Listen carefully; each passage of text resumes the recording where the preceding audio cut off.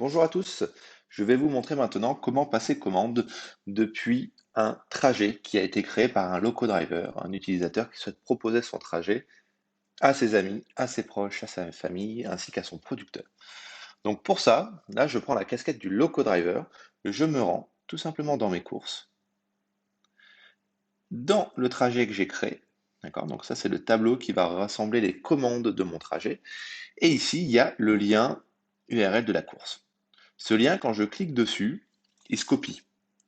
Du coup, ce lien, je peux le partager à mes proches, je peux le partager à mes voisins via un groupe WhatsApp, un groupe Facebook, via un message privé, un SMS, un texto, un mail. Enfin, il y a un ensemble de solutions. Ça peut être aussi un producteur qui décide de partager ce lien via une campagne de mail ou sur sa page Facebook. Et en fait, quand je saisis le lien dans l'URL, enfin l'URL quand je le saisis. Ici, j'arrive sur la page du trajet. Alors, cette page, elle est accessible via le lien, mais elle est aussi accessible via la page d'accueil de Grinoloco et via des éléments de recherche de l'utilisateur. C'est-à-dire qu'en rentrant mon adresse, je trouve les trajets qui sont à proximité, dont la destination est à proximité de l'adresse que j'aurais renseignée. Donc, quand j'arrive sur cette page du trajet, vous avez vu, on retrouve les informations du producteur, d'accord, qui sont rattachées à ce trajet, et on retrouve l'ensemble du catalogue de ce producteur. Mais on voit ici apparaître les informations qui concernent le loco driver, son nom, alors ici il s'agit de Grinoloco puisque c'est le même compte, et ici l'adresse. Et quand je clique ici, j'accède à la destination, donc à une map sur laquelle s'affiche la destination du trajet, qui me permet de pouvoir visualiser si cela est avantageux pour moi ou pas de sélectionner ce trajet.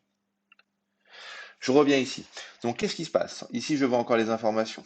Donc commander avant le 10 septembre à 10h30 pour profiter de ce trajet. Donc là, ça veut dire que, étant donné que je me rends sur place à 11h, on a donné 30 minutes de battement entre la dernière commande et l'heure d'arrivée du loco driver sur place pour laisser le temps à nos producteurs de préparer la commande.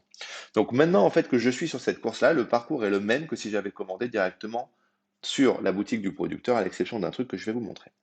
Donc ici, je recrée un panier, j'accède au panier. Et ici, en fait, on n'a plus l'étape retrait. On passe de l'étape panier à l'étape facturation. Pourquoi? Parce que je suis rattaché à ce trajet-là. Donc le lien est déjà fait. Je n'ai pas besoin de renseigner cette information-là dans le parcours de commande.